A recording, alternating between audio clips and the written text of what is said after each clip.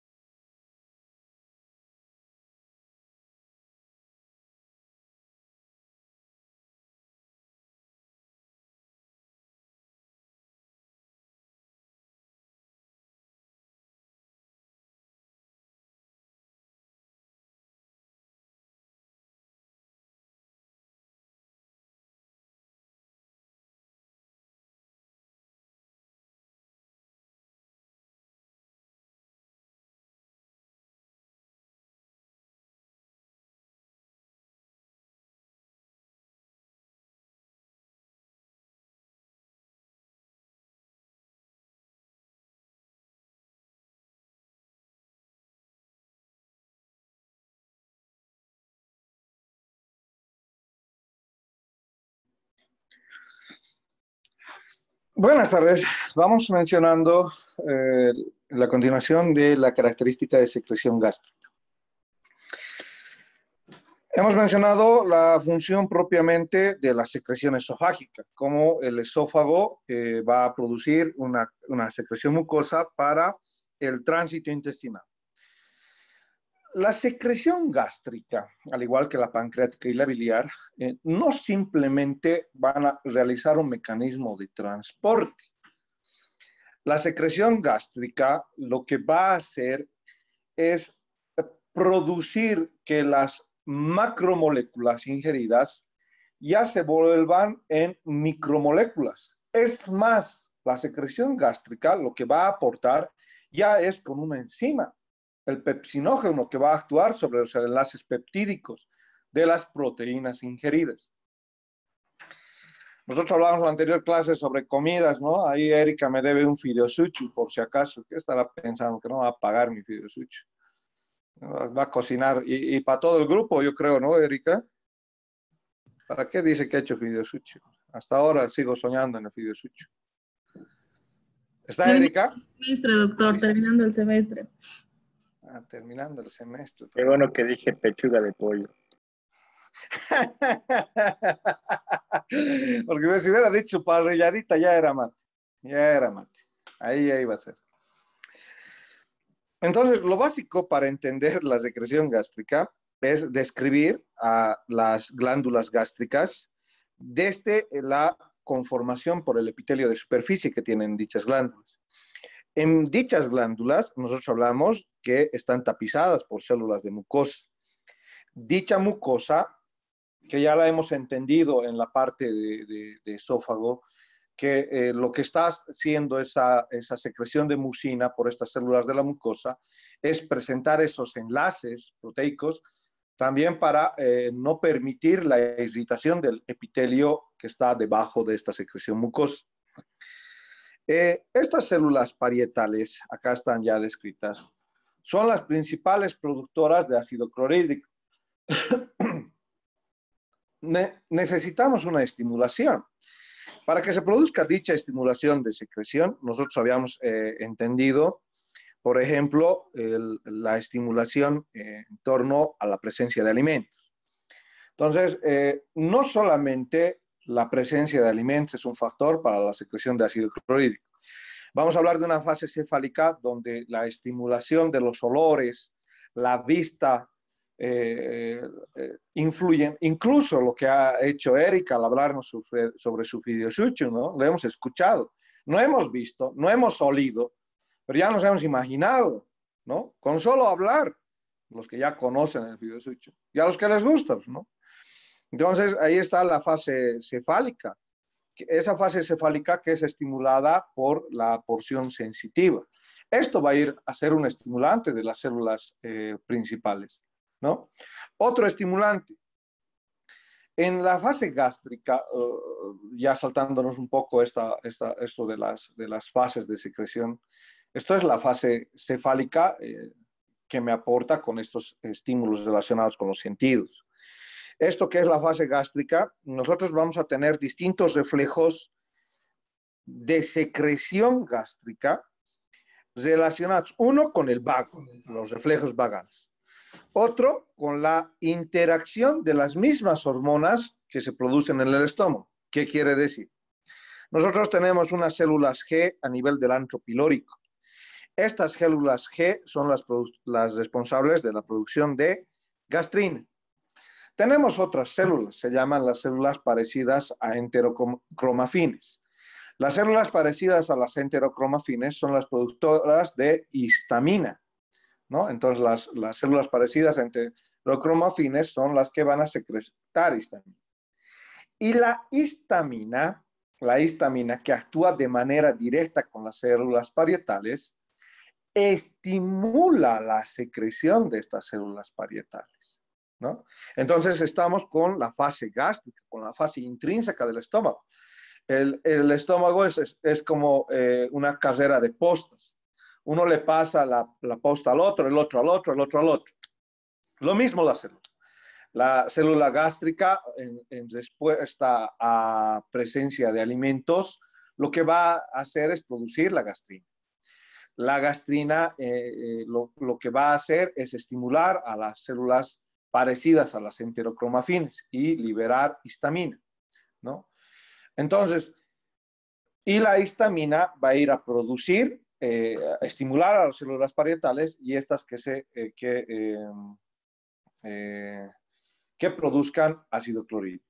Entonces, la histamina permite la liberación del ácido clorhídrico por parte de las células parietales. Ahora, la gastrina tiene ese mismo propósito. También va a estimular a las células enterocromafines, como les hemos dicho, y estas producir la liberación de histamina. Ustedes conocen un medicamento. Erika Coria. ¿Está o no está? Doctor. ¿Alguna vez has escuchado de la ranitidina? No, doctor. Nunca he escuchado de la ranitidina. Erika Coria, por Dios. Ningún familiar nunca. ¿Ha escuchado o no ha escuchado de la ranitidina? No, la verdad, para ser sincera. No ha escuchado de la ranitidina. A ver, vayamos a... A ver, Clismar. Buenas tardes, doctor. Buenas tardes. ¿Has escuchado de la ranitidina? Sí, doctor. Ya. Muy bien. ¿Para qué han usado la ranitidina en su caso alguna vez? Solo dígame el uso que les han dado. Era para disminuir la producción del ácido gástrico o como para los receptores de la histamina. Excelente. Miren lo que hace la ranitidina y los derivados bloqueadores H2 selectivos, se lo llama la familia. Ya van a buscar como familia bloqueadores H2 selectivos. Hay más, famotidina, hay varios de los bloqueadores H2. ¿Qué hace la ranitidina en esto? En tabletas viene de 150 miligramos y de 300 miligramos. En ampolla viene de 50 miligramos. ¿Qué hace? Bloquea la histamina. Si acabo de hablar que esta es una carrera de postas, lo que voy a hacer es cortar. Lo voy a ir a golpear al Usain Bolt y Jamaica va a perder. ¿Entienden? Entonces, bloqueo la histamina. La histamina no se libera y no va a existir la fase gástrica de la estimulación para la producción o la estimulación de las células parietales del ácido clorhídrico. ¿Entienden? Entonces, ¿en qué momento yo quiero que no haya ácido clorhídrico? En los casos de gastritis, por ejemplo, gastritis, en los casos del ERGE, enfermedad por reflujo gastroesofágico, ¿no? Y es así como actúa la ranitidina, bloqueando esta histamina, y si entiendo este concepto fisiológico, voy a poder entender el concepto farmacológico, ¿bien? ¿Se ha entendido la fase gástrica, Marcelo Coria? ¿No está Marcelo? Bajamos nota, Marcelo. Creo que estaba Marcelo por ahí. Ya saben que en esta teórica se habla. Aquí, si vienen y graban y han venido a poner sus audios, no me sirve. Marcelo Coria, ¿no está? ¿No está Marcelo? Cero. Vamos con alguien más.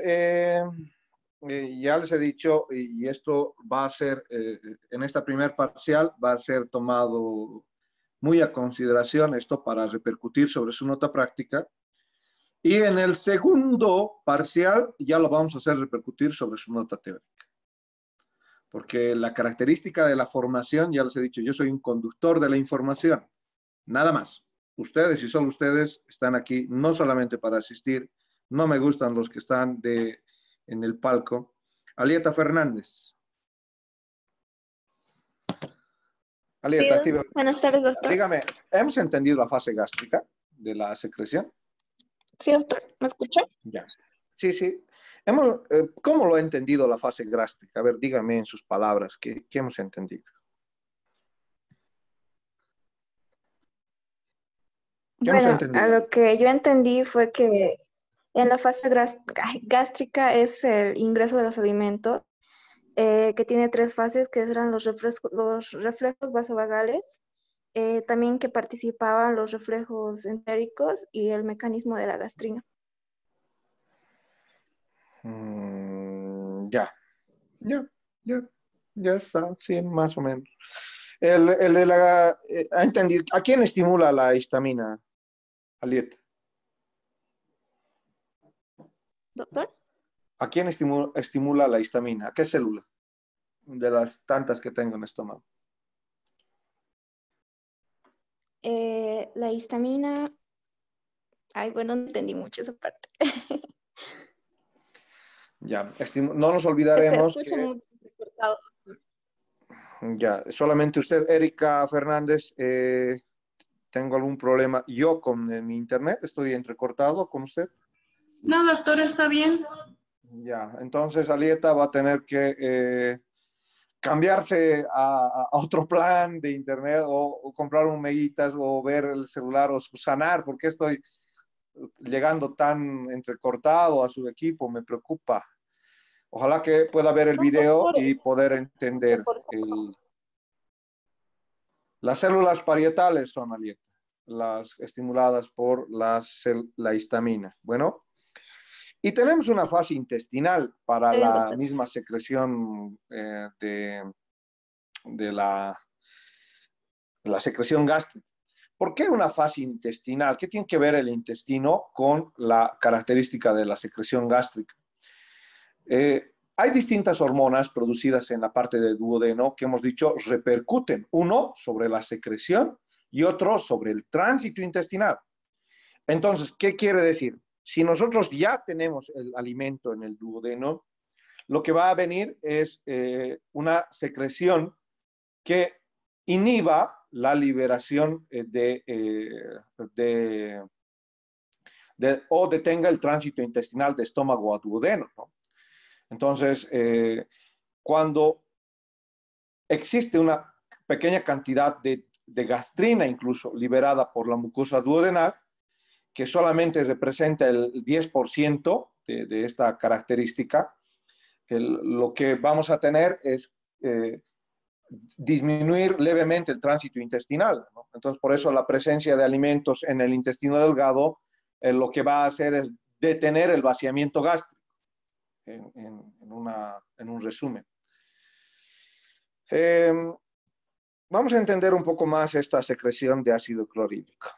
La célula parietal, primer mecanismo a nivel de la porción intersticial, lo que va a hacer es, uno, usar su propio dióxido de carbono, el que produce de manera intrínseca resultado de la fosforilación oxidativa, y otro, agarrar dióxido de carbono que está a nivel del intersticio e introducirlo a la célula parietal. ¿Para qué? Para que gracias a la anhidrasa carbónica se produzca una disociación y yo tenga como resultado bicarbonato y además iones hidrógeno, ¿no?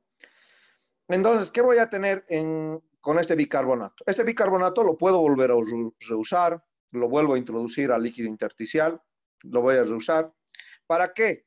Para que, por un mecanismo de contratransporte, que se entendía en fisiología 1, introduzca cloro a la célula parietal. Muy bien, ya tengo el cloro, ya tengo el bicarbonato. Y gracias a la anhidrasa carbónica tengo hidrogeniones. Tengo los tres elementos. El bicarbonato se está volviendo a entrar al líquido intersticial. Muy bien, ¿qué hago con los hidrogeniones y el cloro? Tengo una bomba, se llama la bomba potasio ATP, la bomba de potasio hidrógeno ATPasa, ¿no? Esta bomba lo que me está permitiendo es introducir potasio de la luz a nivel del tubo intestinal y en este caso del estómago, a la luz del estómago, y mandar hidrogeniones. Lo que hago es, una vez que tenga hidrogeniones en el medio, tengo que mandar las características de los iones de cloro. ¿Qué voy a hacer con el cloro? Muy bien, tengo cloro que ha ingresado por las características del contratransporte de bicarbonato. Tengo cloro que va a ingresar por difusión facilitada a la estructura celular. ¿Para qué me interesa que exista los hidrógenos, el cloro y las características de agua en la secreción o en el lumen gástrico? ¿Y cómo está llegando agua? El agua lo hace de manera puede ser por ósmosis, por difusión también, llega el agua. Saben que existen las acuaporinas, proteínas que se encargan del transporte de agua. Y está llegando el agua a través de las células parietales. Y lo que voy a tener es cloro en el lumen gástrico e hidrógeno. Muy bien, tengo que transformar este cloro y este hidrógeno en mi ácido clorhídrico. Entonces, lo que yo voy a hacer cuando tenga estos dos en el lumen intestinal es tener la sinergia de ambos electrolitos, el cloro y el hidrógeno, para formar esta característica de secreción ácida en el lumen intestinal, en la luz del canalículo intestinal, porque no se olviden que la célula parietal está siendo parte de una glándula. Esta es mi glándula gástrica. Entonces, las células parietales lo que van a hacer es secretar a este lumen, a la luz del canalículo de la glándula, donde están siendo parte las células parietales. Es ahí donde vamos a tener la unión del cloro con el hidrógeno y la formación del ácido clorhídrico, teniendo un pH de 0.8, de 0.5 a 0.8 en la luz, ¿no? Entonces, justamente en esto que es la luz, se demuestra la extrema acidez que va a presentarse. Es por eso que esto en el revestimiento tiene que tener células mucosas. Unas células mucosas que están generando bastante mucina, cosa que el pH no afecte a la mucosa gástrica. Sí está secretado de manera fisiológica. Quiere decir, aproximadamente 160 miliosmol litro de ácido clorhídrico, ¿no? 160 miliosmol litro de ácido clorhídrico se produce fisiológicamente. Ahora, si hablamos del doctor Ayala, el doctor Ayala no produce 160, va a producir algo de 260 o 360 miliosmol de ácido clorhídrico. Porque uno tiene su secreción vagal, ya que sus estudiantes no le hacen renegar. Dos, tiene su secreción, además de lo que hacen renegarle al doctor Ayala, en la fase cefálica. Tiene que Erika le dice, pucha, que ahí está el fideusucho, le comenta que ha comido fideusucho, entonces va a tener mayor secreción gástrica hasta el día de hoy, jueves 16 de septiembre. A ver, vamos a esperar la buena voluntad de Erika para que tengamos fideusucho y vamos a tener mayor cantidad de secreción de ácido clorhídrico. Entonces, si nosotros entendemos a la gastritis, ya un pantallazo breve a la fisiopatología de la gastritis, es que vamos a aumentar la cantidad de secreción de ácido clorhídrico al lumen intestinal. 1, en respuesta vagal. 2, en respuesta gástrica. O 3, en respuesta intestinal. Las mismas fases que de manera fisiológica controlan la secreción son las mismas fases que van a alterarse en la parte fisiopatológica, ¿no? Entonces, habrá características de irritación, habrá un microorganismo, que es el Helicobacter pylori, que alterará el medio externo y producirá y exigirá a las células parietales, en pro de deshacernos de esta bacteria, mayor secreción de ácido clorhídrico, a tal grado de que el individuo pueda tener ulceraciones en la parte de la mucosa gástrica. Muy bien, con eso concluimos la parte de secreción gástrica. ¿Hasta acá alguna pregunta de la secreción gástrica en esto que representa las fases cefálicas, la fase... algo que estamos olvidando. Hemos hablado de todo. Ahora vayamos a mencionar una característica de secreción por las células pépticas. Las células pépticas de las mismas glándulas oxínticas, ya vamos a ver. Acá están las células pépticas o principales. Estas células pépticas son las que van a producir una enzima llamada pepsinógeno. Sinógeno. En la secreción gástrica, nosotros tenemos que hablar de estas células pépticas o también llamadas principales. Cuidado con el examen teórico. Cuidado con el examen teórico. Muy atentos. Aquel que no ha estudiado, son preguntas de razonamiento, el examen teórico. En fisiología ya no es como anatomía. Acá el razonamiento tiene que aumentar. ¿Por qué? Porque al estudiante se le exige esto, para que mañana pasado, cuando llegue a medicina interna, tenga conclusiones y razonamientos correctos. Entonces, las células pépticas responden a dos mecanismos. Uno, a la acetilcolina por los nervios vagos, los que van a responder a dicha estimulación con la secreción de esta enzima. Las células pépticas van a producir el pepsinógeno. Otro, se necesita un pH ácido en el estómago para que yo pueda producir estas características de secreción péptica. No en todo caso es bueno suprimir el pH ácido del estómago. El pH ácido tiene una función y esa función es proteger al estómago de microorganismos, parásitos. ¿Bien? Entonces, si ustedes no tienen ese pH ácido, ¿qué va a pasar? Va a existir la proliferación de parásitos. Es así que cuando ustedes le dan mayor tiempo la ranitidina, más de 2 meses, mayor tiempo el omeprazol, más de 4 meses, ¿qué va a pasar? Vamos a tener individuos que van a estar con infecciones parasitarias, infecciones bacterianas. El medio del estómago se ha creado justamente para generar y ser un primer mecanismo de defensa. Ahora sí, ¿dónde actúa el omeprazol? El omeprazol actúa sobre estos. Son los inhibidores de la bomba de hidrogenones y potasio. Son los inhibidores de la bomba de potasio. ¿Bien? Entonces, justamente al inhibir esta bomba potasio-hidrogenión ATPasa, lo que hace es inhibir la salida de hidrogeniones y formar el ácido, para ir a formar el ácido clorhídrico. La ventaja de este mecanismo es que es más prolongado. Por eso el omeprazol lo doy cada 24 horas y la ranitidina lo puedo dar cada 6 horas. El bloqueo de la acción de la ranitidina, al bloquear a la histamina, solamente es un periodo corto, entre 4 o 6 horas. El omeprazol, los inhibidores de la bomba de potasio, son justamente de vida media más larga. Es acá donde va a actuar, por si acaso, el omeprazol, en esta bomba de potasio hidrogeniones.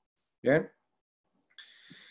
Por eso, cuando nosotros inhibimos esta secreción gástrica, lo que tenemos que tener cuidado paradójicamente es con las infecciones parasitarias, con otras infecciones intestinales. Tenemos que inhibir el tiempo prudente para que la mucosa se restablezca. Quiere decir, usted se hace una herida en la mano, en la parte tegumentaria. Lo que no tengo que hacer es mojar la herida, porque si no, no va a cicatrizar. Lo mismo. Lo que tengo que hacer es disminuir, o en todo caso, modificar el pH acá estomacal. ¿Para qué? Para que permita cicatrizar a las úlceras gástricas, si es que así el individuo ha desarrollado, ¿no? Úlceras gástricas. ¿Qué más en características gástricas? Ahí está, vamos con la secreción pancreática. ¿Hasta acá alguien tiene alguna duda, alguna pregunta?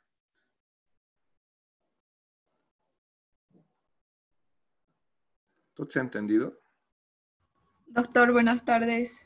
¿Cómo estás? Buenas tardes. Disculpe, Nombre. ¿podría repetir eso que dijo de la bacteria del Helicobacter pylori que provoca las ulceraciones en el estómago? Ya, déjeme un ratito. Voy a compartir la presentación y en esta hoja aprovecho de explicarles esto. Secreción.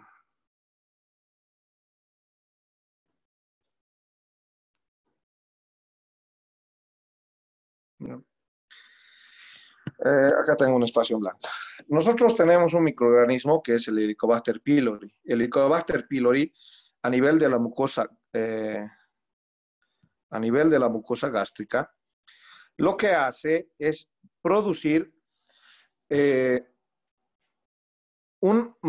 va a afectar a las glándulas gástricas, haciendo que, generando una fase gástrica continua. ¿Por qué? Porque el Helicobacter pylori lo que tiene es una acción sobre las células parietales y sobre las células enterocromafines. Si tiene una acción sobre las células enterocromafines, esa acción de irritación sobre estas células, un mecanismo de los que se explica la fisiopatología del Helicobacter pylori, es que al estimular a las células enterocromafines, lo que se está haciendo es liberar mayor cantidad de histamina, y esa mayor cantidad de histamina producir mayor secreción de ácido clorhídrico a través de las células parietales. Este es un mecanismo de las características del Helicobacter pylori. ¿Bien? Otro mecanismo, además, ese es el mecanismo directo del Helicobacter pylori. El Helicobacter pylori hace una sinergia con las estructuras celulares para producir diferentes medios para subsistir. Lo que hace su medio ideal es un pH más ácido para la subsistencia de este microorganismo, y eso lo han visto en microbiología o lo han debido describir en la parte de microbiología, ¿no? Hasta ahí la respuesta. Si nos vamos a quedar con toda fisiopatología directamente. Espero haberles respondido, o era otra su duda, específicamente. No, está bien, doctor, gracias. Tenemos la secreción pancreática a este nivel, y lo que vamos a hacer y diferenciar con la secreción gástrica es que en la secreción pancreática, anatómicamente, la primera descripción que nos da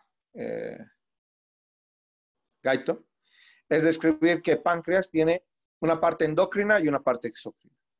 La parte exócrina, aquí tenemos nuestro conducto pancreático principal unido al colédoco, van a la papila duodenal mayor y presentan su característica de secreción. Todo controlado en la papila o la ampolla de Vater, controlado por el esfínter de Oddi, ¿no? No hay que olvidar esta característica de mención. El páncreas lo que va a hacer es producir una serie de enzimas, de las cuales tengo que ir familiarizándome. ¿Qué digo de estas enzimas de páncreas? Digo, tengo enzimas proteolíticas, un concepto tal y cual para el examen escrito, proteolíticas. ¿Por qué? Porque son las que van a encargarse de separar los enlaces peptídicos en las proteínas ingeridas. Tengo la tripsina, tengo la quimiotripsina y la carboxil polipeptidasa. Carboxil polipeptidasa. Peptidasa. Las tres, voy a abreviar las proteolíticas, 1, 2, 3. La tripsina, la quimiotripsina y la carboxil polipeptidasa. Lo que van a hacer es degradar proteínas completas y permitir que esos enlaces peptídicos separados formen cadenas de aminoácidos fáciles de absorber. Y nuestro capítulo que vamos a avanzar mañana es justamente eso, absorción de estos nutrientes. Entonces, lo que hacemos hasta acá es ver la acción en esta secreción pancreática que tiene estas enzimas y que están actuando sobre proteínas que están parcialmente